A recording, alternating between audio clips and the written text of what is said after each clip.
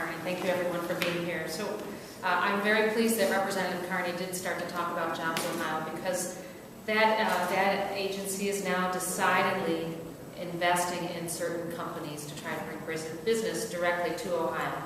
And so because of that, it's more important than ever that taxpayers have the ability to know how this job creation entity is operating. Jobs Ohio has received $7 million in private donations. $2 million comes from one corporation alone. And it's, of course, not out of the ordinary for large businesses, corporations to donate to nonprofits. This is a way to establish goodwill, to support the community in which they survive and succeed.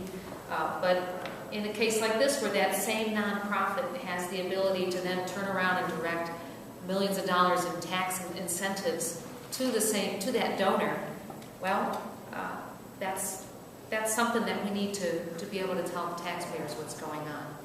It makes it look like a quid pro quo could be going on, and that's neither acceptable nor is it necessary in Ohio. Our state's struggling reputation to rebuild our economy cannot afford to be tarnished in this fashion. So I think politicians and Jobs Ohio ought to work together and make sure that we understand they really have nothing to fear from disclosing corporate donations. That is, if there's nothing to hide.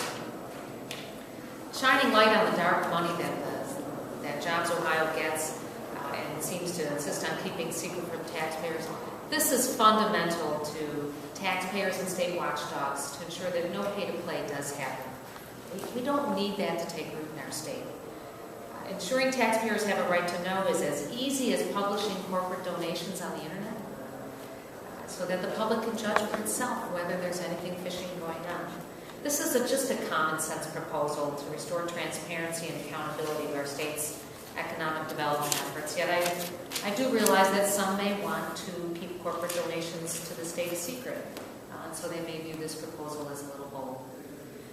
These are our policy proposals.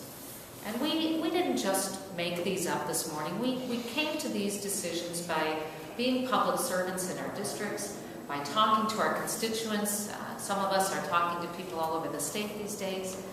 I know probably everybody here has held public meetings in their district every month since they've taken office. And I got to tell you, people are frustrated. They have a growing distrust of government, whether it's in Columbus or Washington. And when they see efforts to shroud where their money goes and to keep it from public view, they are very unhappy. When we talk about having public-friendly access to committee hearings and to public records, I got to tell you, in my meetings, almost every month, I have constituents that come to me and tell me the frustrations they have in getting public records. It's amazing, almost every month. So people are interested in learning what government does, and these steps are to help the people learn more. It's perfect for Sunshine Week. We want to shine light on what government is doing. And now we'll take questions.